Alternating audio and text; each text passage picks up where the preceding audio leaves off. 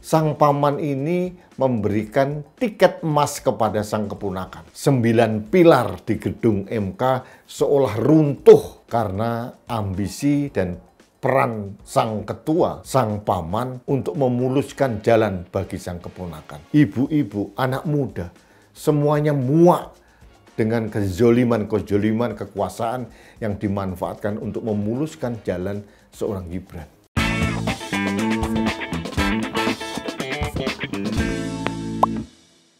Halo sahabat Main TV, kita bertemu kembali dalam Rudy's Mind. Sahabat Main TV masih ingat tanggal 16 Oktober 2023, manakala Mahkamah Konstitusi seolah berubah menjadi Mahkamah Keluarga. Ini terkonfirmasi dari berita majalah Tempo. Begitu detail Tempo mengulas permainan dan peran sang ketua Anwar Usman yang notabene adalah paman dari Gibran Rakabuming Raka untuk memuluskan sang keponakan agar bisa lolos menjadi cawapres. Ini sudah menjadi rahasia umum dan bukan hanya Tempo sebetulnya. Awalnya adalah Hakim Saldi Isra dan Arief Hidayat yang mengulas secara terbuka intrik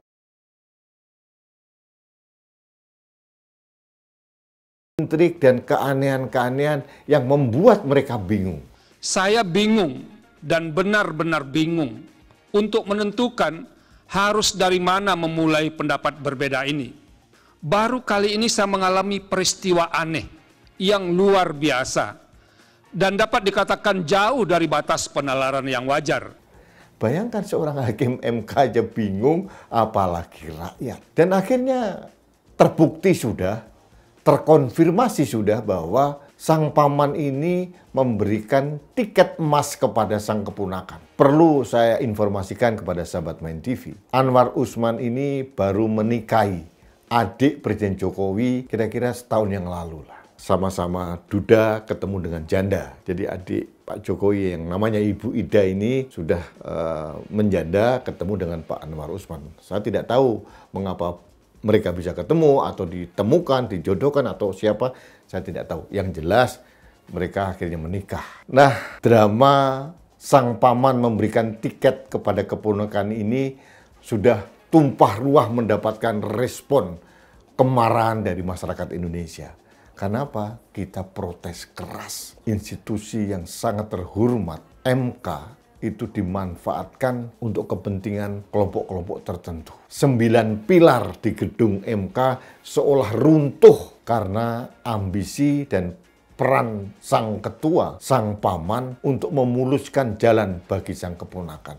Ini persepsi publik yang terjadi. Siapapun tidak boleh menyalahkan publik. Inilah kenyataannya. Publik, masyarakat Indonesia mempunyai kemerdekaan untuk membangun persepsi terhadap semua peristiwa-peristiwa yang ada. Pertanyaannya, apakah dampaknya keputusan MK ini terhadap Pilpres tahun 2024? Sudah pasti, yang pertama sudah terbukti Gibran lolos jadi cawapresnya Prabowo. Ini sudah pasti. Ini buah dari keberanian sang paman untuk mengobrak-abrik semua tatanan di Mahkamah Konstitusi untuk memuluskan jalan sang keponakan. Lalu dampak kedua apa? Nah, ini yang tidak diduga oleh siapapun, termasuk oleh sang paman dan sang keponakan maupun sang The Godfather yang mengatur cerita, mengatur alur drama. Ternyata masyarakat justru memberikan simpati kepada pasangan Mahfud dan Ganjar. Saya bertemu dengan berbagai kalangan, civil society, kelas menengah. Saya bertemu dengan masyarakat di bawah, ibu-ibu, anak muda. Semuanya muak dengan kezoliman kekuasaan yang dimanfaatkan untuk memuluskan jalan seorang Gibran. Dan akhirnya justru simpati itu tumpah ruah kepada Ganjar Pranowo dan Mahfud MD. Karena ini menjadi representasi rakyat yang merasa terkhianati. Kenapa terkhianati? Karena menurut informasi A1 yang saya terima, justru awalnya Jokowi lah yang mendorong Ganjar Pranowo menjadi calon presiden di PDI Perjuangan. Bahkan deklarasi tanggal 21 April 2023 pun Presiden Jokowi hadir berangkat dari Solo hanya sekedar menyaksikan deklarasi Ketua Umum PDI Perjuangan, calon presidennya adalah Ganjar Pranowo. Bahkan menurut cerita dari Mas Ganjar kepada saya, sepulang dari Istana Batu Tulis Bogor, Pak Jokowi meminta kepada Ganjar untuk satu mobil, bahkan satu pesawat sampai Solo dan diberikan banyak pejangan, masukan, arahan sebagai seorang senior. Dan sekarang kenyataannya seperti dilepas begitu saja. Nah, ini yang dipotret oleh masyarakat. Sehingga masyarakat mempunyai persepsi bahwa Ganjar ini seolah dikhianati. PDI Perjuangan ini dikhianati. Karena apa? Ya kita sudah tahu lah, berulang-ulang kita sampaikan bahwa 7 kemuliaan diberikan kepada keluarga Presiden Jokowi. Wali kota 2 periode, gubernur, presiden 2 periode, wali kota Gibran, wali kota untuk Bobi, semua diberikan oleh PDI Perjuangan. Mereka pun masih jadi kader PDI Perjuangan. Saya tidak tahu bagaimana status seorang Gibran Rakabuming Raka saat ini. Karena konon belum ada keputusan dari PDI Perjuangan. Kita tunggu saja keputusan karena itu otoritas dari DPP PDI Perjuangan maupun Ketua Umum PDI Perjuangan. Yang tidak terduga, mungkin di luar prediksi dari Presiden Jokowi dan kelompok-kelompok yang mengusung politik dinasti keluarga ini adalah respon masyarakat bukan mendukung, tapi justru sebagian besar rakyat memberikan simpati kepada Ganjar Pranowo dan Mahfud. Ini realita, ini fakta gitu. Dan ini bagi saya adalah modal dasar yang kuat kepada Ganjar Pranowo dan Mahfud MD untuk running dalam Pilpres tahun 2024 ini. Jadi meskipun akan digempur dari 8 penjuru angin, bahkan konon katanya sumbangan pengusaha untuk pasangan Ganjar sengaja disumbat, sengaja diblokir, itu rumor yang saya dengar gitu ya. Tapi saya yakin Gusti Allah ini tidak pernah tidur. Tuhan tidak pernah tidur. Saya masih mempunyai keyakinan kuat. Tuhan dan rakyat pasti akan membantu Ganjar dan Mahfud. Apalagi ada modal dasar simpati publik tadi. Ini luar biasa itu. Jadi bagi saya ini adalah blessing in disguise. Hikmah di balik bencana. Hikmah yang didapat oleh Ganjar Pranowo di balik bencana kenegaraan kita, di mana konstitusi bisa ditabrak ke sana kemari untuk kepentingan politik tertentu. Jadi sahabat Main TV, mari kita membangun optimisme bahwa di balik permainan elit, sekejam apapun, sekasar apapun, masih ada harapan.